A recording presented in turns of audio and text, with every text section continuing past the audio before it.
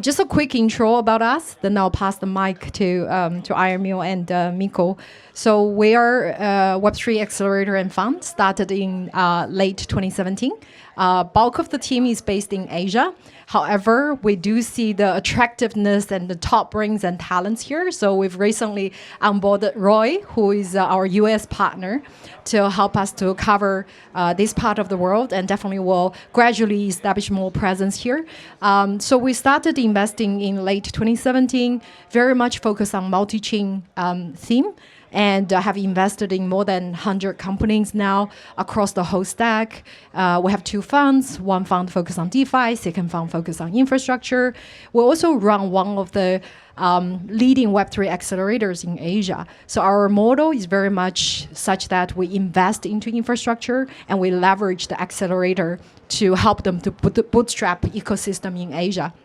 So we work with Filecoin, North Safe, Atom, and most recently we launched zk Accelerator.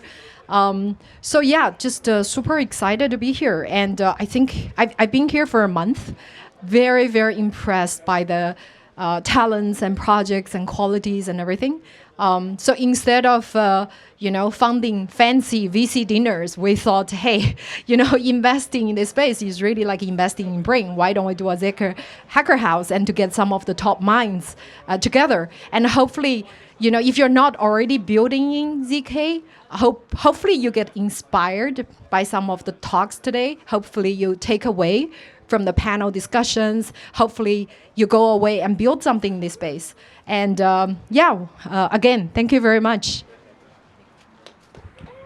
Okay, yes, so Emma is super awesome, and we are also co-sponsoring here. I'm Miko with Gumi Cryptos Capital.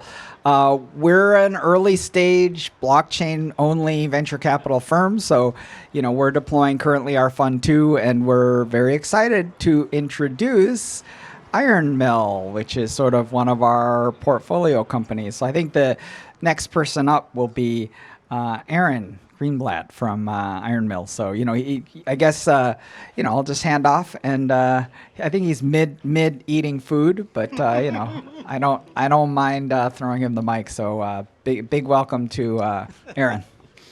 I better eat faster here. Thank you for the introduction, Miko. Emma, likewise, thank you for the introduction. And thank all of you for coming out tonight. And we are thrilled to be talking about zk and the future of the industry here. Just some quick background on IronMill. We are a zk tooling company. My background personally is EE PhD from Stanford in machine learning. And I came to zk about 2 years ago. I was sitting at Dan Bonnet's security seminar that he runs on campus every Tuesday or whatever. And I had this idea, and I was talking with some people, and they're like, oh, yeah, you should just make a zk circuit out of that. And then I looked at the zk tooling, and I said, really?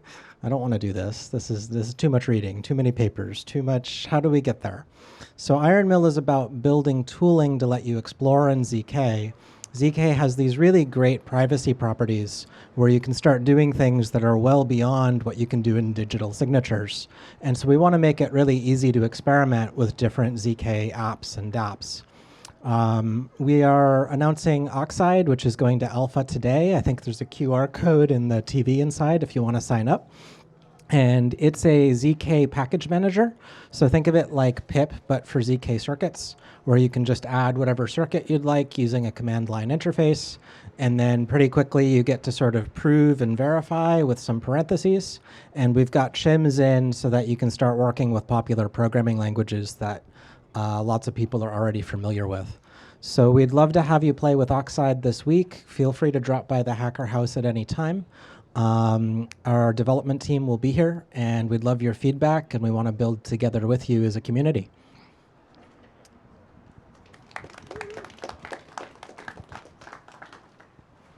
Awesome. Thank you, Aaron. And thanks again, everyone, for joining. I'm Roy, part of the LongHash Ventures team, and really appreciate your coming through. I hope you're enjoying dinner in this beautiful, sunny Stanford afternoon. And we will, without further ado, go into our first guest speaker for his lightning talk, Rahul. So Rahul was formerly vice president at Jump Crypto, and was on the research team for Off-Chain Labs, and before that was on the platform team for Pantera. And he's going to share a little bit about a new project that he's working on. Let's give it up for Rahul. All right, so I had no idea what the venue was going to be like, so I made some nice slides with animations, which I usually never do, like literally an hour before this, but it's okay. So instead of going through this lengthy presentation, I thought I might just describe kind of at a high level what I've been working on and like what I'm excited about, and then maybe we can just go into questions if you guys have any. So I'm here to actually talk about Wormhole today, and so many of you hopefully have heard of Wormhole, which is a decentralized cross-chain messaging protocol that connects different blockchains. And Wormhole over the past 2 years has been focused mainly on delivering generic message passing, along with a set of features and products on top that allow you to transfer tokens, value, etc. Cross-chain. And one of the main partners or products that's been using Wormhole to date has been Pith, which is a let's say decentralized oracle that is able to push prices at high fidelity prices from a large number of exchanges, HFT firms, Jump included.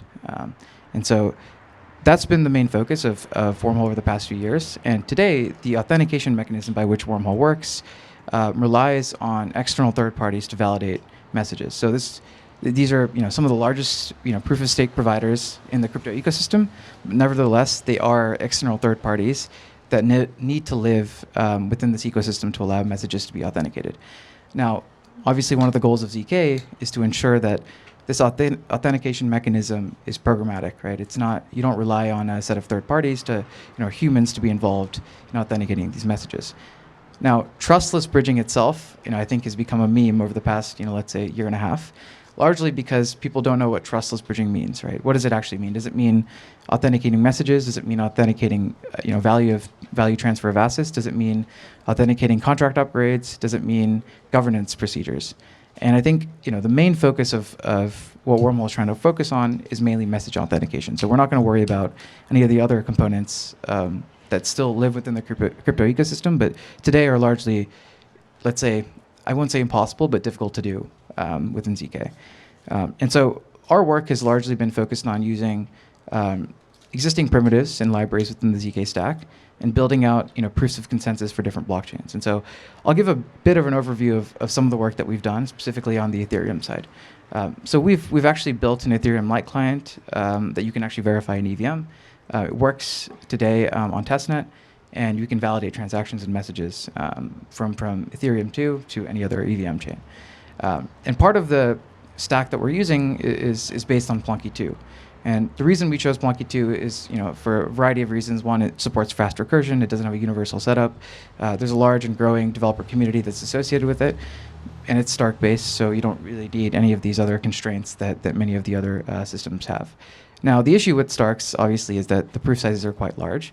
And so it's difficult to land them on chain. And so we have actually a Frankenstein of proof systems that we have to compose together to ensure that we can actually land these proofs on chain. I think I forgot who was here up here last from IronMill, but I think he was talking about the difficulty of writing ZK applications in particular. And one of the difficulties that we found even with Plunky 2 is even though it has great developer economics relative to other proof systems, notably Circom or Grot16, it's still very, very difficult to write ZK circuits in this framework. Notably, there's a bunch of things, extraneous syntax and semantics that you have to sort of port into this framework to build complex applications. And when you're trying to rewrite Ethereum consensus in a ZK proof, it's difficult to you don't necessarily want to rely on your understanding necessarily of how the whole system works. Right? You want to be very programmatic about how you're handling different edge cases. Right? We don't want to get anything wrong. So we actually ended up building our own embedded DSL, that leverages the Rust type system to ensure that we can actually, build the system in an appropriate way and hopefully also formally verify these programs. And so what we actually do is we build a shared type system between the in-circuit values and the CPU values, and we can evaluate expressions in this language, either to native x86 computation or to in-circuit values. And so now we don't have to do anything but write the native sort of cryptography code that you might write in any language, you can sort of just copy and paste it from an existing Rust library, and now you can compile them into circuits using Blocky 2. And I think this is the direction that Wormhole sees more generally in terms of moving in a direction where there's not a specific focus on specific semantics of each chain, but trying to abstract away some of the principles of how to write zk-like clients or proofs of consensus. And so we'll be announcing a few ZK partners over the next few months, in particular that are going to help with this, particularly on the higher level abstractions, but also in kind of optimizing the code so that we get fast proof generation. Today, doing proofs of a consensus, especially for things like Ethereum or chains that have more complex consensus mechanisms, is still infeasible, right? Like the time it takes to bridge between chains that have fast finality. So, an example of this is either Solana or Sui or Aptos to any other chain that has fast finality is quite small. And so for the user, they want to see something like proof generation under a minute or under 30 seconds. They don't want to see something on the order of 30 minutes, which is the current state of things today, or on the order of 10 minutes. And so we're spending a lot of time, both working on optimizations on hardware, optimizations on the interpreters, on the compilers, and also just more generally on improving developer ergonomics so that these things are actually safe to use. And Wormhole has over $400 million in TVL today, and it remains a huge security risk if ZK is going to be the predominant paradigm by which messages are moved and authenticated. Hopefully that's a good overview of what Wormhole is and kind of what the future of Wormhole looks with ZK. I'm happy to take any questions.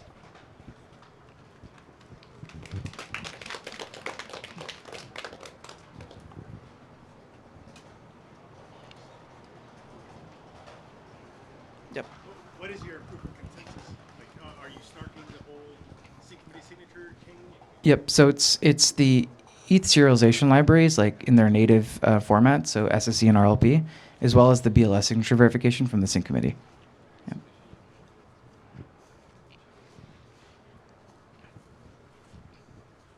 And hopefully we'll actually expand that to not just be the sync committee, but also other validators generally. Yeah.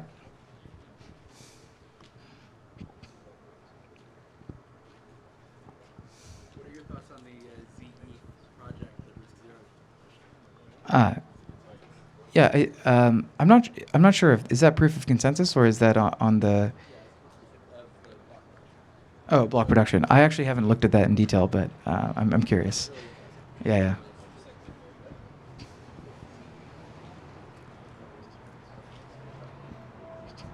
Cool. I think that's it.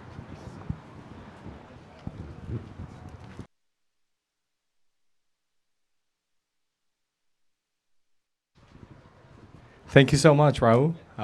As we gather here for ZK dinner, there's no better thinkers to share with us than Rahul and our next slate of esteemed guests. So we will have Ben Livshits, the VP of Research at Matter Labs and professor at Imperial College London and University of Washington. Seve, senior cryptography researcher and core dev at The Graph. Aaron Greenblatt, founder and CEO of IronMill with a PhD from Stanford, and David Wong, contributor to ZPrize and founder of zkSecurity, and previously on the security team at DM and Libra. All right, guys, as this is a zkTalk, so we'll have the proof generated from the panel at the end of this and verified by the audience. Awesome. All right. Well, I'm excited for this. So I think I would like to start a conversation around the experience of development on layer 2s and custom builds. So layer 2 is sort of abstract away the complexity of developing ZK and sort of saying, hey, you can just come here and write regular code like you would on any other smart contract and just let us worry about the ZK part. What are some things that developers really need to keep in mind as they develop ZK on layer 2s versus a custom build? And by the way, we don't each have to answer, so feel free to jump in or out, because we do have a sizable panel. Should I take this one? So look, there's quite a lot of complexity to this question. I don't know. So I mean, I guess there are several types of when it comes to zk EVMs. People consider several types of these things. My sense is that over time these things will blur. There's quite a lot that's sort of under the cover there. So it really depends on the level of abstraction you want to sort of bring to this, right? I mean, if you are writing code that explicitly depends on gas metering, things of that sort, sooner or later you'll see differences, right? So you can sort of extrapolate on that. Depends really on the level of abstraction that you're sort of approaching this at. Yeah, just to add, if you're well behaved, things will work. If you're not quite as well behaved, your mileage may vary. on these abstractions levels, like you have zkVMs or zkVMs, and you also have like Aztec is like building this thing called Noir, where you're like constructing circuits directly. So this is like a level abstraction below, and so you might have like different types of bugs also. So yeah, not everything is abstracted, and there's still like a lot of different bugs to be created by users depending on what they use.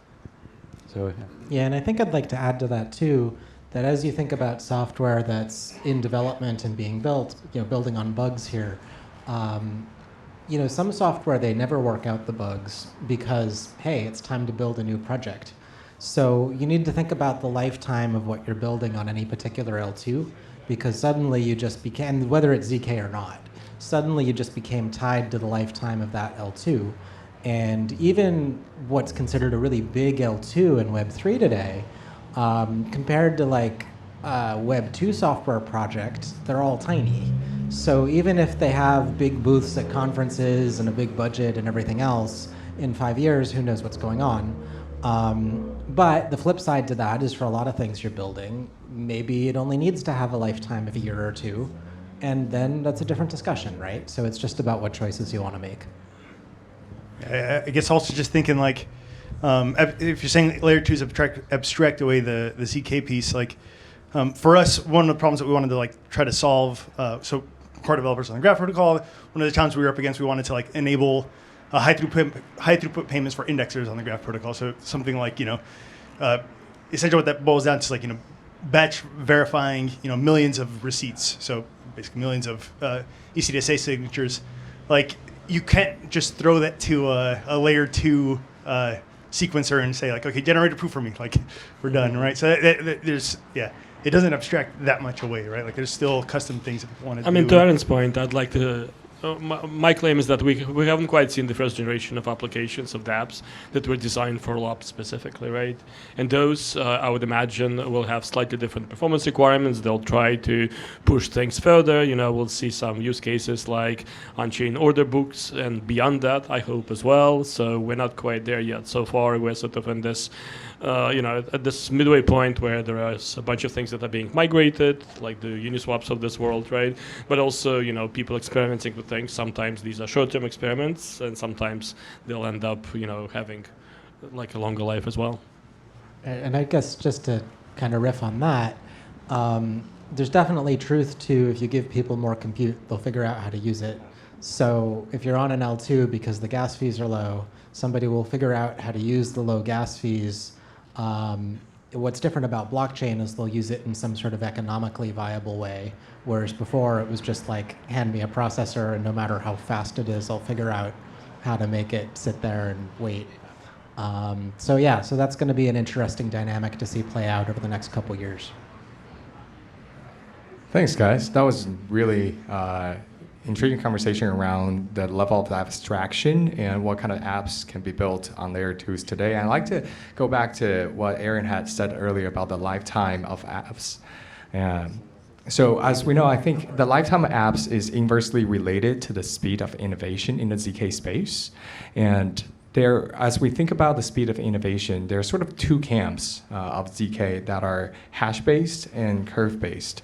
So there's the Stark and Fry family of the hash-based camp, and then there's the Snarks and Lattice-based families in the curve-based camp.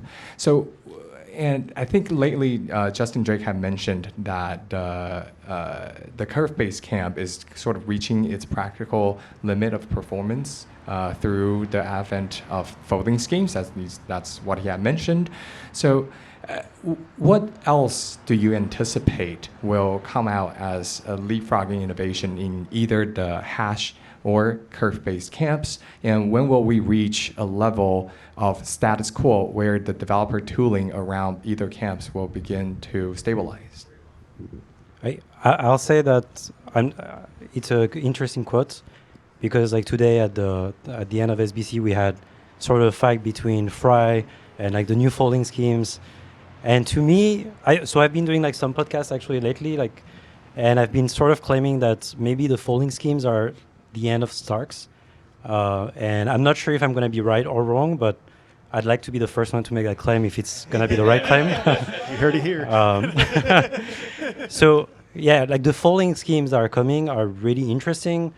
And I think they also show the limitations of Fry-based schemes and hash-based schemes and these kind of things.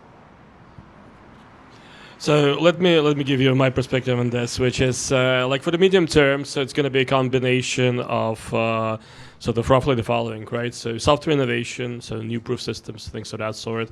Hardware innovation, specialized hardware, and there's, I think, about a dozen companies thus far that are trying to do something exciting in this space. And what I call systems, by which I mean aggressive parallelism, things of that sort. There was a paper that was, it's going to be a talk on security and privacy 24 that just came out of Berkeley Don Song's group, talking about basically scaling things up in a small cluster with sublinear results. That's really quite exciting, but I think it's a precursor of things that we are likely to see now. When it comes to folding, I mean, I'm sort of with Eli, had an interesting discussion with him before his talk as well, which is to say, I'd like to be optimistic about it, but we haven't quite seen the numbers just yet. So I think, if those things pan out, things will continue to be exciting for the foreseeable future, but we're not quite there yet, and the proof is in the pudding.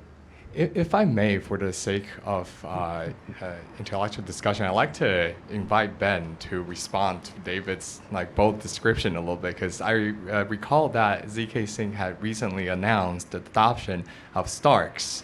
And on the topic of folding schemes potentially bring the end of Starks, what's your response to that? Look, I mean, what should I say to that? I think it's fairly clear that there will be continuous innovation when it comes to proof systems, which kind of means sort of a bunch of things, right? So the concerns that we heard sort of earlier today about, let's say bugs in these systems, right? I mean, are very much there. Right. I mean, think about it. Right. You have a pretty gigantic TCB with these circuits, especially if you're talking about a more complex VM that you're compiling down from. Right. Like, how do you keep these things correct, and how do you do that as a software maintenance task? Right. None of these things go away. So, my sense is that this space will keep shifting for the foreseeable future. We haven't seen the last thing just yet, and sort of goes back to what I said before, which is like, what's the right hardware-software interplay, as well as like what can systems, by which I mean largely distributed systems, right? Because it's very tempting to say, this is just math. Well, it's not, right? Math is one part of it, and there's everything else. Yeah, can I add also, if you're building a project today, you sort of have to solidify or ossify your design decisions or technological decisions, and you cannot just always wait for the next wave of progress or advances. And there's always going to be new and better things coming up, and so you cannot get paralyzed by that. You have to make some decisions and make the best out of these decisions. And yeah, you have hardware or these kind of things.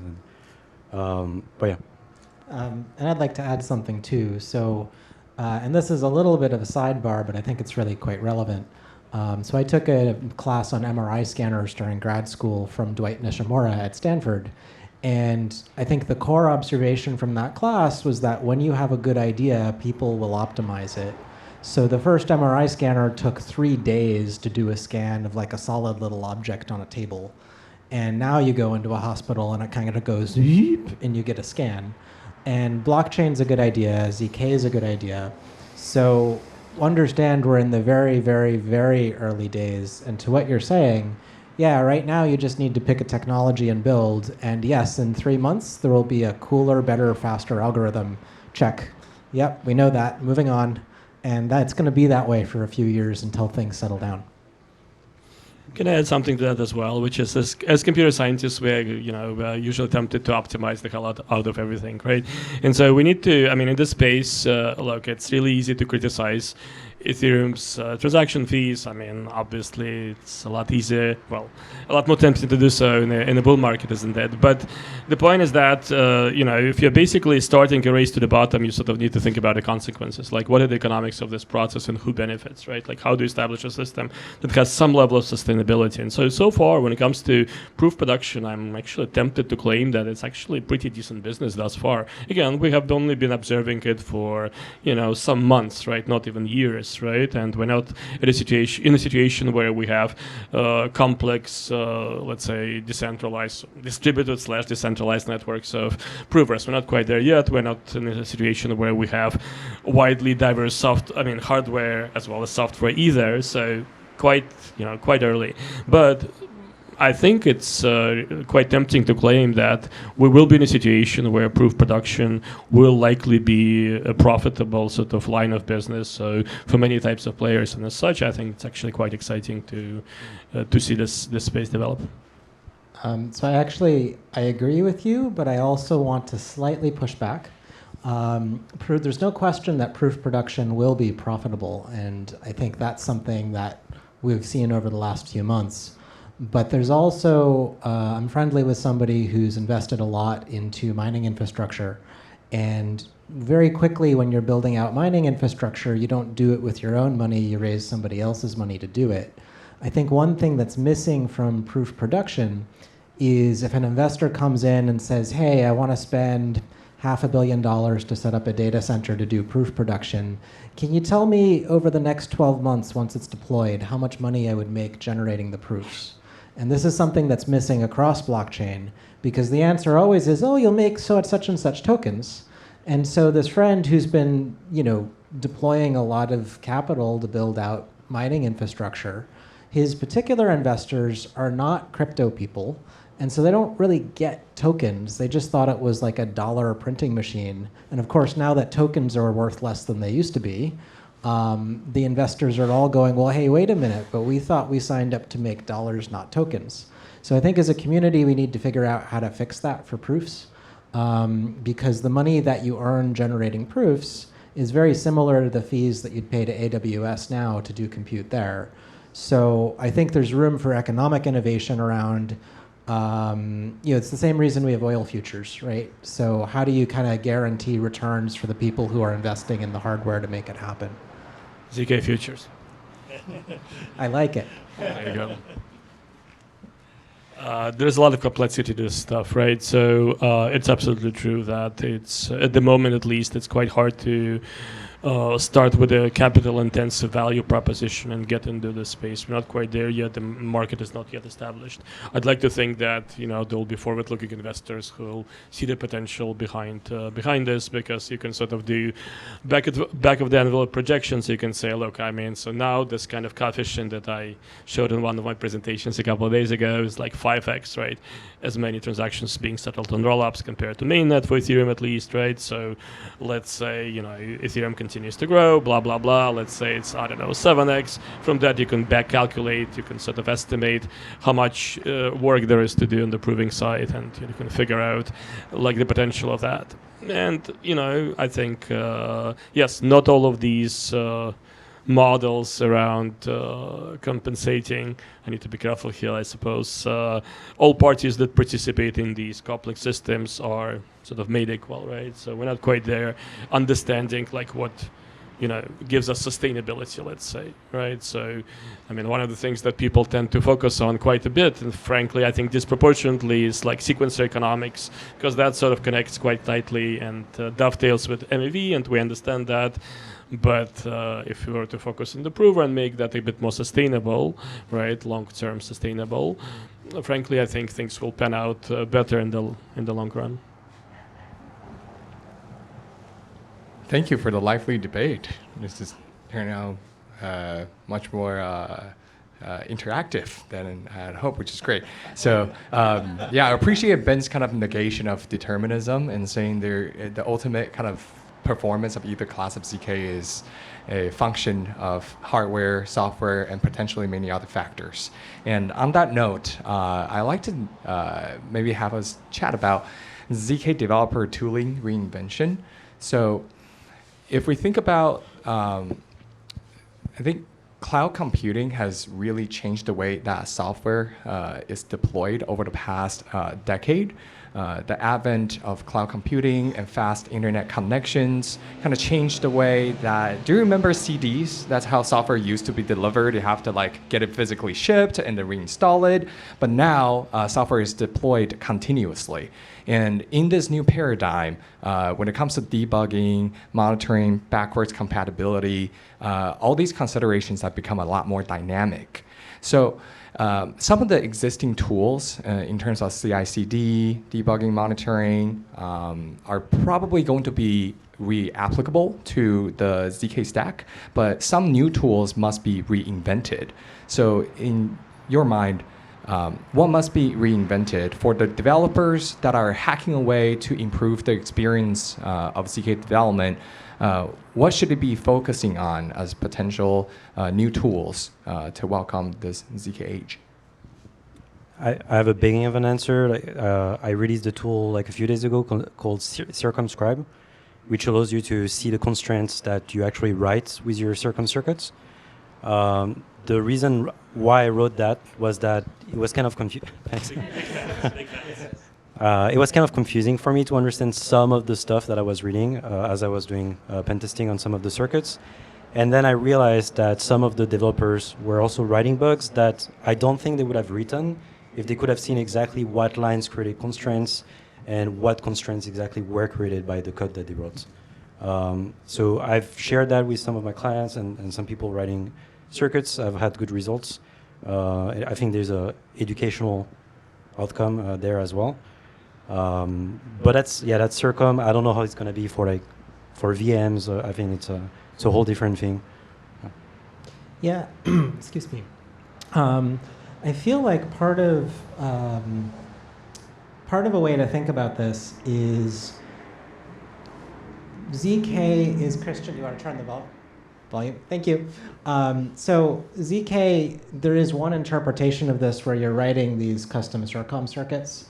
And to me, it's like, yes, we have VHDL all over again. And so then I start thinking about, well, look, where else do you have lots of sort of bespoke, custom, purpose-specific silicon in your design where the developer tooling is going to be different. It's not just general purpose code. And like cell phones come to mind, right? Where you've got your radio on the chip and everything else. And so then if you like you're saying, the CI/CD stack is not really set up for these custom hardware blocks, right? So instead it's very generic x86 sort of, let's use, like you look at Jenkins, for example, it's basically a script runner. So I think we want tooling that lets you say, hey, I'm going to pull in this custom block and that custom block and that custom block. But oh yes, of course they have incompatible APIs and nobody's tested them together. And so it's almost like automating the integration tests, that if I'm taking a certain combination of things, I already know that there's going to be a set of integration testing that has to happen. And I haven't seen any tools like that really in Web 2 where, oh yes, I know if I have a Postgres database and an Nginx proxy and, I don't know, Apache running, then I know automatically there's just this set of things that I need. I think in Web 2, you can kind of hack around that and just say, well, okay, people just write their tests. But the minute each block has like a very different architecture, now you're asking somebody to truly understand 3 totally different architectures, and a single person doesn't understand that.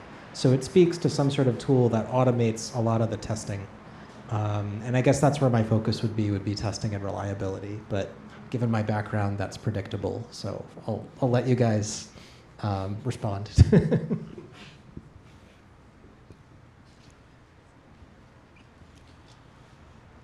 I mean, let me sort of take maybe the other side of the spectrum, which is, I mean, I worked on developer tools for many years, and so one of the things you learn is that you kind of need to match the complexity that sort of the typical developer brings to the table with, you know, the kind of things you provide in your tooling, right? So if you're dealing with people who write EVM code, and by the way, it's easy to sort of hate the EVM and complain about it and say the solidity is horrible, blah, blah, blah. None of it really matters at the end of the day. I was a PhD student at Stanford, you know, many years ago, and I took a class from John Mitchell, and one of the things, like, he makes this big point about, like, you know, typical academic languages tend to fail, and it's those really terrible languages, like, let's say, C, that actually thrive and survive, you know, for many years and so on and so forth. And Solidity is a little bit like that too, right? So this is the language we have, and we have developers who've been trained over the past 6 or 7 years, I guess, to basically produce code in Solidity and copy and paste and do all sorts of other terrible things. It is what it is, right? So the question is, how do we minimize the element of surprise when it comes to dealing with an army of Solidity developers, right? How do we give them what they typically would expect, right? And you can probably think of certain tools that would be quite helpful, right? So, I mean, I don't know, if you're generating workloads, if you're generating transactions that are more difficult than average, let's say, for the prover to prove, maybe the developer should know something about that, right? I mean, think about abstraction violations, things of that sort, and try to think about how to minimize the element of surprise for people who would like to pretend that they don't really have zero knowledge operating sort of beneath the surface, so to speak.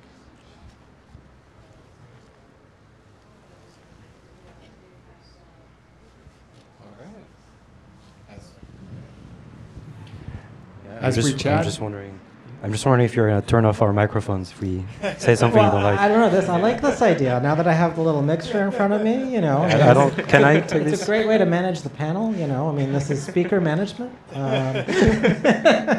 Maybe this needs to go to the moderator. I don't know. yeah. That's Aaron's ultimate shield. All right.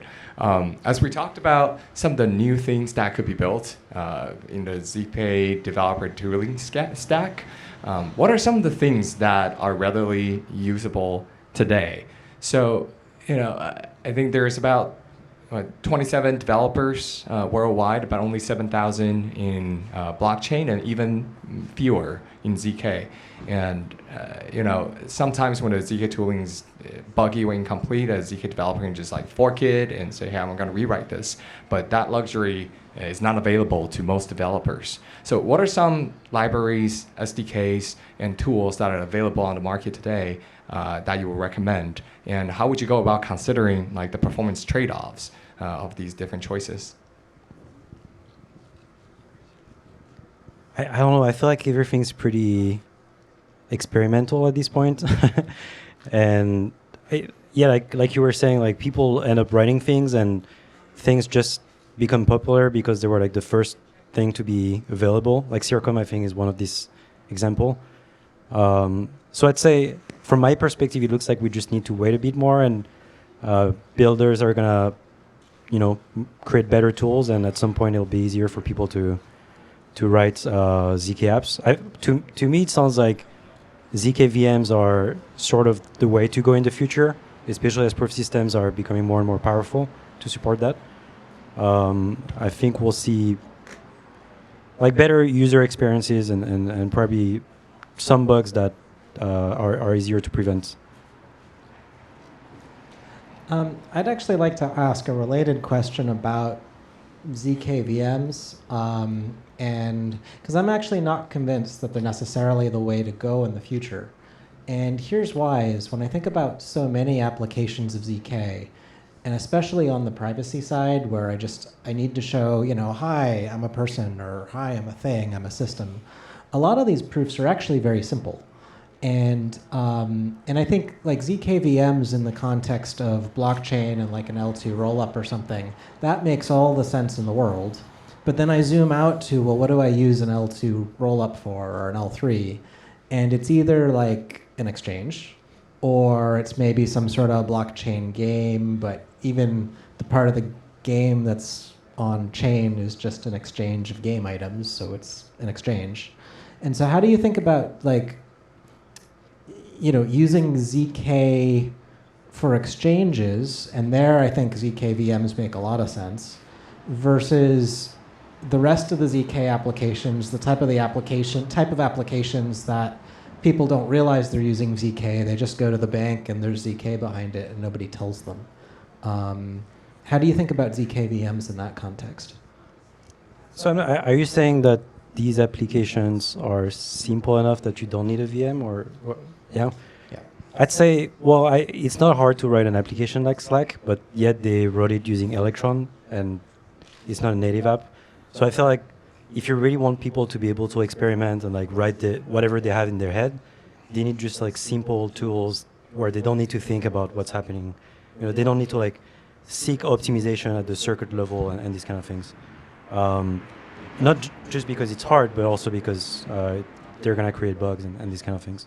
So yeah, I would say this is where I stand. I don't know if it's an ideal world today, as proof systems are maybe not the most performant beasts. But in like 10 years, yeah. Yeah, so I agree with you completely on the complexity side of this, where you certainly don't want people writing in a hardware description language, right? The other question, though, that I have is, eventually we're going to get a set of pretty good circuits that cover a lot of use cases. And it just, ZK circuits right now feel a lot like encryption algorithms, where for a while everybody wrote their own encryption algorithm, and then we all realized that was a bad idea because it can be easy to have holes, and like peer review is good. And circuits, it's the same thing. I'm not checking all my constraints, easy to make mistakes. So it feels like eventually you get to, most people view circuits as a library rather than everybody has their brand new circuit. And I feel, let's be honest, we're predicting the future several years out, so we're probably all wrong. But I'm just curious what your thoughts are on it. No, I think that's right. Like we're missing a lot of libraries and like batteries included and these kind of things. And maybe as these things are built, it's going to be easier and easier for people to write circuits. But my prediction would still be that there's going to be, because you're dealing with circuits directly and not a VM, you're going to run into some issues. And if you don't know what you're doing, I think there's still going to be issues there. Cool. The number of people writing circuits at the moment is relatively small, and perhaps it should remain relatively small going into the future as well. I think what we don't quite understand is, what's going to drive this space from the application side, and the kinds of applications that you've mentioned, which is zero-knowledge KYC, all of these kind of scenarios. We've known about them for a bunch of years, right? They haven't taken hold. And so the kind of slightly embarrassing truth is that, certainly on the ZK VM side, what's driving a lot of the space is still DeFi, right? If you take away DeFi, the situation changes drastically. And we haven't quite reached the point where there's another wave of applications that have the same kind of stickiness as DeFi dApps tend to have, right? And I'd like to see that, because then we'll have a slightly different set of parameters when it comes to performance requirements, memory requirements, all these other things, right? And might be time to reconsider our gas metering and just about everything else. We're not quite there yet. So we are sort of trying to guess what those things might be and maybe specialize a bit too much, as opposed to sort of wait until we get to a point where there's like a lot more sort of, widening when it comes to application diversity. And so if you consider, if you look outside of the EVM space, certainly there are a number of companies and organizations experimenting with both WASM as well as RISC-V, right? And so if there is, let's say, enough demand for on-chain gaming and on-chain logic, and more complexity with respect to that, amazing. Perhaps that's where the next wave of innovation will come from, and personally I'd love to see some of that. Yeah, I would add Valida is another one. But yeah, RISC-0 and all these projects are really interesting for maybe even for non-blockchain applications.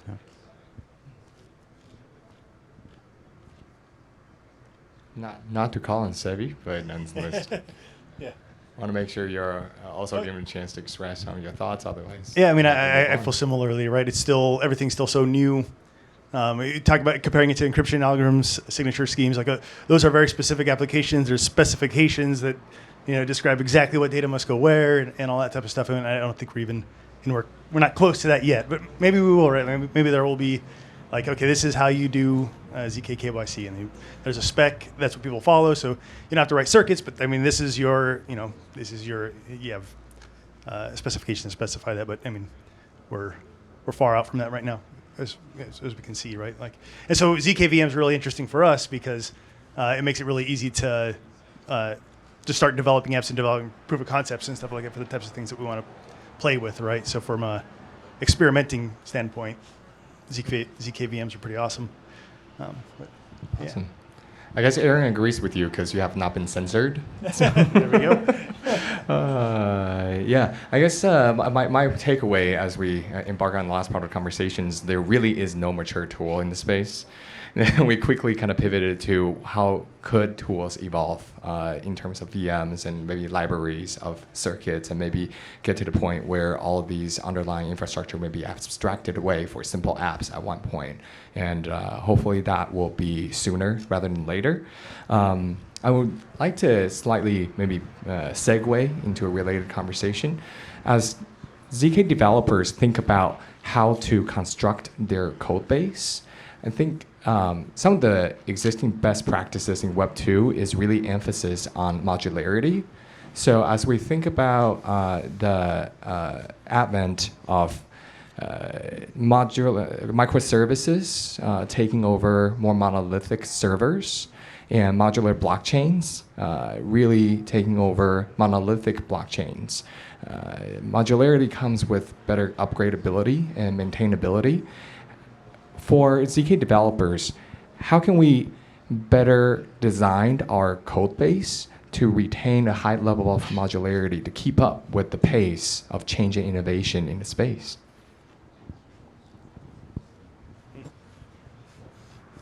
I guess it depends on what level we're talking about. Like I can answer that on a proof system level, but on a like how do you organize and architect your like circuit or like VM like programs? I'm not sure. Like the same way you would do already with normal applications. For proof systems, I also like there is a clear answer. Like some people are trying to be as general as possible and so that you can like replace your polynomial commitment scheme or replace different parts just to like be able to benchmark things pretty quickly or whatever. Or maybe you should be as specialized as possible and not be general at all, which is, I think, you get like clearer code bases and you probably get less bugs this way and these kind of things. But yeah, this is the most I can find out to say. Yeah, I actually have some opinions about this. So ZK is super early, as we've all been saying for the last 40 minutes. You have to look at what level of modularity you care about. So, because the other piece of this is if you're writing some sort of ZK application, your ZK code is what, 20% of your code base or something? You still have everything else in the program. So when I think about building with ZK, which is this like super new tool that's moving really quickly, what I would want is exactly what you're saying, which is the simplest ZK implementation I can find, because then at least I have some chance of understanding it, some small chance. And let's wrap that into its own little block, and then everything else about the program, let's go back to sort of practices that we've developed for the last 15 years in Web 2. And then I'm just going to understand that ZK block, yep, in 6 months I want a new one, and that's fine. But then trying to modularize within the ZK block, that's hard because everything there is moving so quickly that you don't modularize until you've got something worth making modules out of. And it's almost over-engineering, like if you do that too quickly. Yeah. Yeah, it's not almost, it's like way over-engineering, right? Yeah, so like let's get things to work and then we can modularize in a few years. That's at least within the ZK block. Outside of the ZK block, make sure you've got a nice clean API into what you're doing. So when the new thing comes along, at least you can re-engineer your code base pretty easily.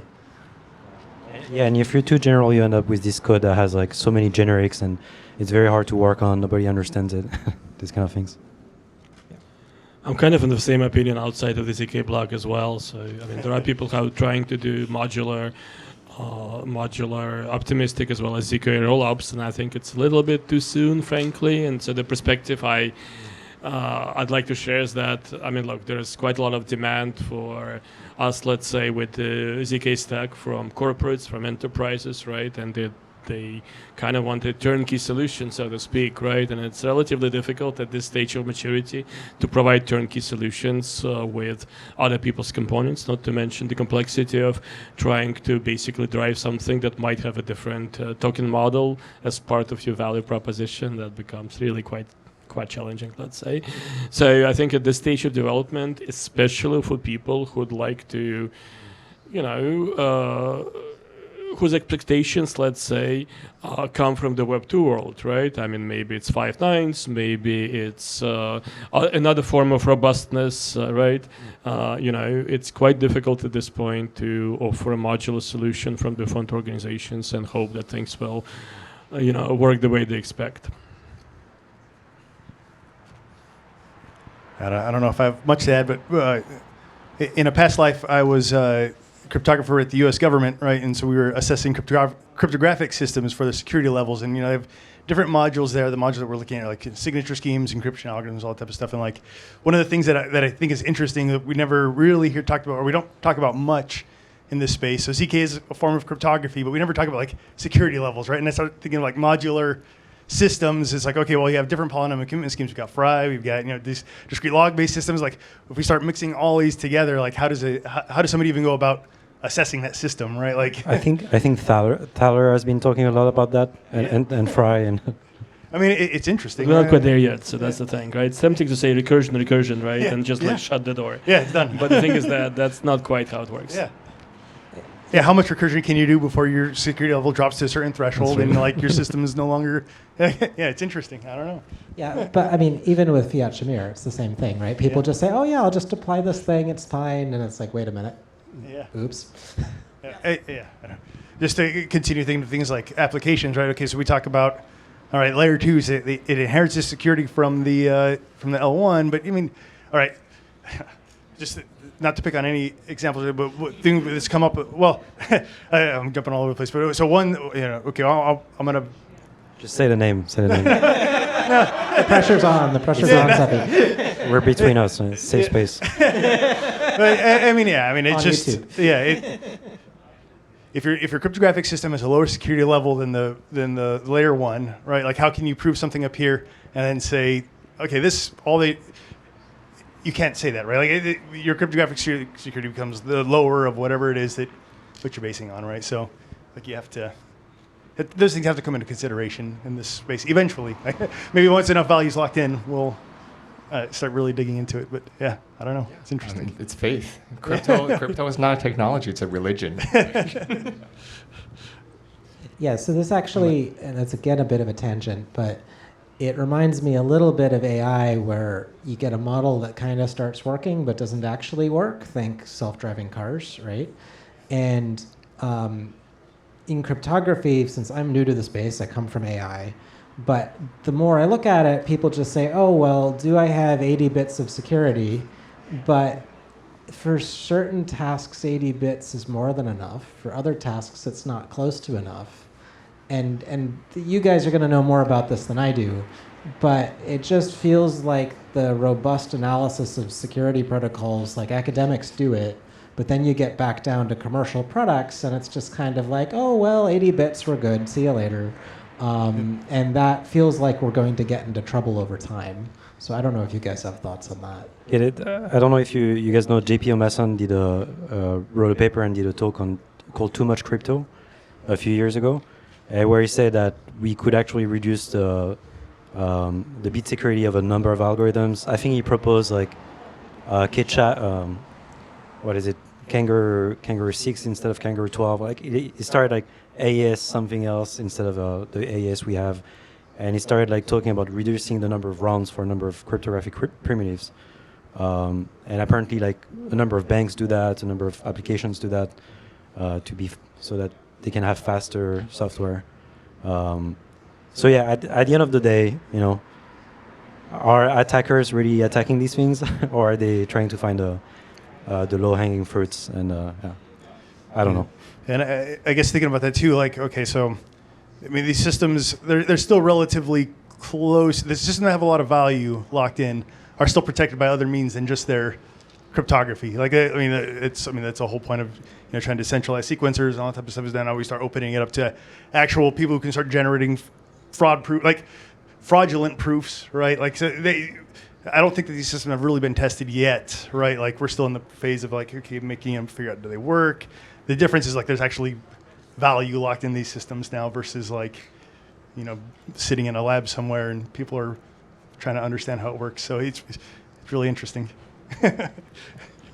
I mean, it's definitely an emerging field, right? So Yeah. we've seen a lot of interest in sort of this problem of under constraint, missing constraints, right? In the last 3 to 6 months alone, we've seen some interesting audits. For example, there was something that came out about Penumbra just a few days ago from I think zkSecurity, if memory serves. So Yes, I yes. mean, this stuff is starting to happen, but it's gonna take a while, and we haven't seen like the Pentium bug of this space. Nothing like that has happened just yet. So yeah. Yeah, and I do want to add, I think the value locked in these systems is commensurate with this being early stage. So I used to work at a hedge fund. We managed billions of dollars, and so trades there were different, but I don't see that level of assets coming in to, the 1 week old L2 or something like that. And that's reasonable. It seems sort of commensurate with the risk. So I don't see a problem with this. Like, everybody understands it's still an experiment. I'd like to just stay on this topic just 1 minute longer. Really appreciate that bringing up the topic of a lot of the assumptions around trust and reliability and security, whether it's layer 2 or other manifestations of ZK VMs or LLVMs, and just kind of trusting that the proofs are not fraudulent. What are some methods that teams building the space today can, on the infrastructure layer, can make a safer environment for their developers, and on the other hand, developers can leverage to make sure that their code ends up safer for their users in terms of documentation, auditing, unit testing. Is unit testing even possible in a recursive proof? Like, what are some of the things that are available today that can be leveraged?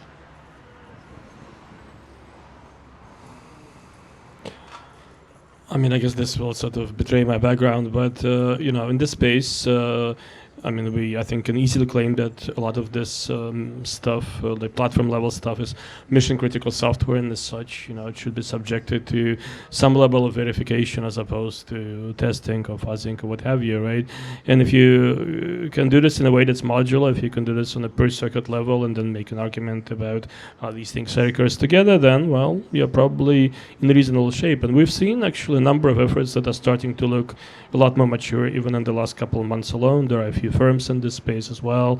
Veridice, for example, is doing very interesting work. Cerdora is doing work that's above at the smart contract level as opposed to the middleware or below that level.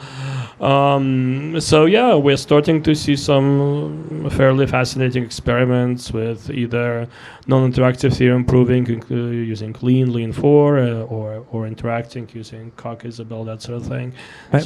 My question though is like, has anyone actually found bugs using these tools? Because I hear a lot of like big claims. Allegedly. Right? Like I hear a lot of big claims about formal verification. But in security, it's kind of like people know that it's usually not worth your time to use these tools if you're like on a short engagement.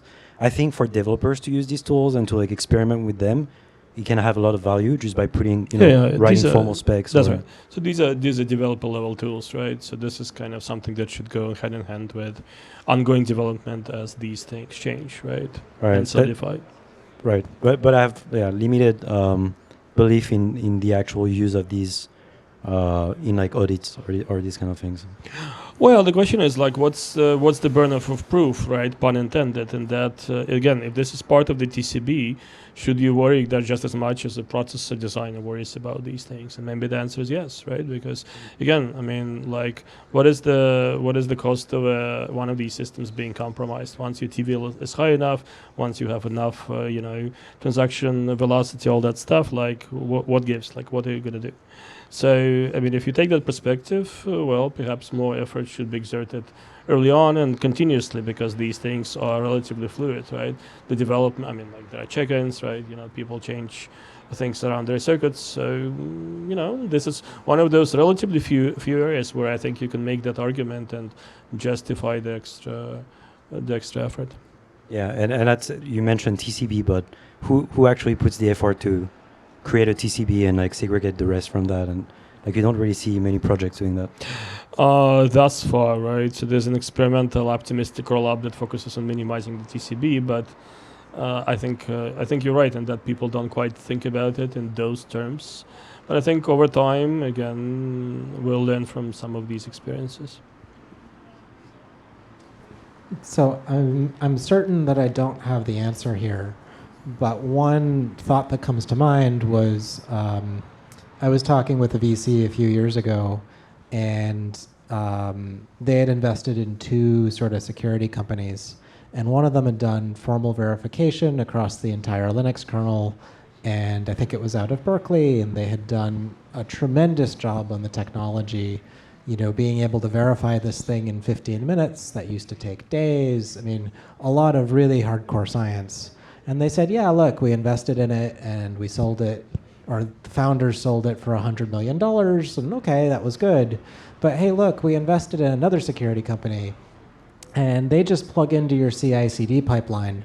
And all they do is they go look at your, package.lock file or whatever, and say, oh, do you have the latest version of all your dependencies? That's all they do. Very simple. And of course, when you have the latest dependencies, that does address a lot of security issues, right? And that company sold for like $6 billion or something. So I think there's a takeaway here where we can build the world's most awesome formal verification tools for ZK, for blockchain, but then there's also, how do you get developers to use it, which is what we've been talking about. And I would have to think more, and I think we all have to think more about what that looks like. But there's probably some alarmingly simple thing that we can do as other tools develop that you could convince every developer to use. And I think back to like, how do CI/CD tools change for ZK? You're going to have some CI/CD tool that takes whatever this ridiculously simple thing is, and just your default pipeline, we check, whatever. So there's a startup idea for someone. Hey. But yeah, I the believe more ridiculously in small ZK thing. I believe I'm more sure in there's like, an acronym there. doing like just having like better compiler errors, or like linters and like static analysis tool that you can use easily as a developer. It makes more sense. Yep. Sweet.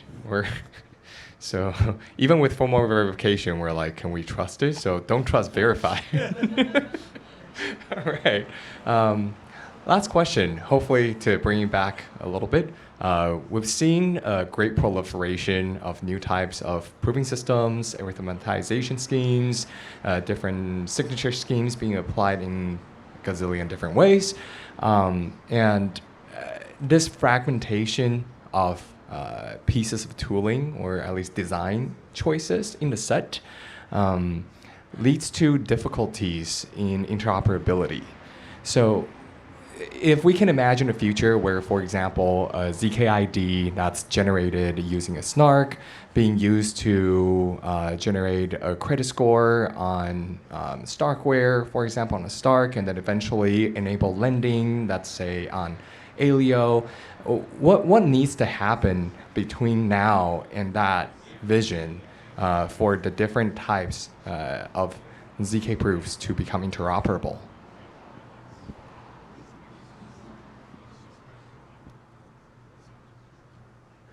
Just wait like 10 years maybe, or that something standardizes and... like, I mean, my immediate thought was a lot. One thing we've been hearing from developers who we talk to is, they pick such and such proving system and they can generate a proof somewhere, but then they go to verify the proof using the same proving system, but in a different execution environment. So you generate the proof in WASM, you want to verify on chain. Even that's not working pretty smoothly. So this isn't interoperability across different proof systems. It's just getting the thing to work in one spot. So it just feels like what do we need? A lot. And so like ask me in 3 years, something like that. That's about the right time frame. Maybe not 10 though. I just, I do feel like there's some like hints of, I don't know, maybe like kind of recursion, right? So there's like some things that are kind of coming out like, okay, you get your big proof done, you prove a bunch of statements with a Fry-based Stark because it's fast, but then you have a big proof, and then you use like Plonk as an adapter to make it efficient on chain, right? And so that's like I feel like a little bit of like that hinting of interoperability and like and using things. I don't know. That's just what pops in my head. Is that sort of like recursion aggregation type of thing, batching proofs and. That's a great one actually. Yeah. I think we're already seeing that like Neil Foundation is like wrapping proofs from different systems so they can get verified on different other systems. I don't know who else is doing that. Yeah, we see like Fry-based proof being wrapped in Gross 16 or Plonk or so wrapping proofs is probably the right answer right now.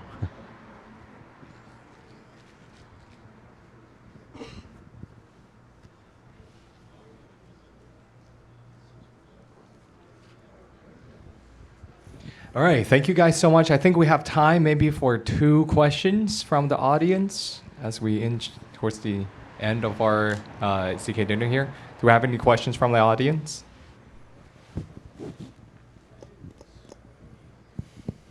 All right, Peter. Hi. So my question is, Hannah mentioned HDLs and DSLs like Leo and Noir and also Circom. So where do you see like the place for these lower level languages like Circom and for higher levels like Noir or Leo? I think Circom is gonna die as soon as we're gonna get like better tools working. That's my answer. No? I don't know that you're wrong. So about a year and a half ago, I guess almost 2 years ago now, I was using like ArcWorks, right? And so specifying circuits almost by constraints by hand, almost with ArcWorks, and I come from kind of a more EE background, right? So circuits kind of make sense to me. I understand that. But we have the newer developers on the team, and they're like, okay, check out ArcWorks. You can start specifying circuits. Like, no, we're going to use Noir. Like, I don't want to deal with the circuits. Like, so, yeah. I mean, I don't know that that's wrong, right? Like, but I mean, there's always room for specialization, right? If you need there's ASICs still exist, even though we have CPUs. Like, so. They're sort of different though, right? Because Circom is like its own DSL, and like. ArcWorks R1CS is like an embedded DSL, I guess. And so like people are always going to want to build things using their own programming languages. But if you have to learn a new tool and language like Circom, you're going to choose the best one. And maybe today the best one is Circom, but I doubt that it's going to continue to be true in the next years. It's kind of amazing to me how many experimental and semi-experimental languages there are in the blockchain space overall, right? Yeah. I mean, if you look at, I don't know, the Cardano ecosystem, for example, I think they have 3 still, right? And then Noir, and then, basically Cairo, Cairo 0, Cairo 1, eventually Cairo 2, things like that. So, and of course, it's really difficult because in that it basically, subdivides the developer community quite significantly, right? And, you basically have a long tail problem, and that, many of them will not enjoy quite as many developers ultimately. And what often tends to happen is that over time, the better features of these languages tend to get pulled into bigger languages, right? Just the same way you have, let's say Rust that pulls in the last, 15 years of work in programming languages from a whole bunch of others, right? And so we're not quite there when it comes to Rust. We're still, we still have like EVM-based languages. If you look at the numbers of developers, that's where most of them tend to congregate, right? When it comes to others, I mean, yeah, certainly privacy-focused ones are exciting to me, but we'll see kind of what happens, right? I think growth, when it comes to the number of developers, is quite hard. Really appreciate the panel on a very healthy discussion. Thank you for being good sport and all of the back and forth, and for sharing all of your wisdom with us today. Yeah, let's give it up for our panel.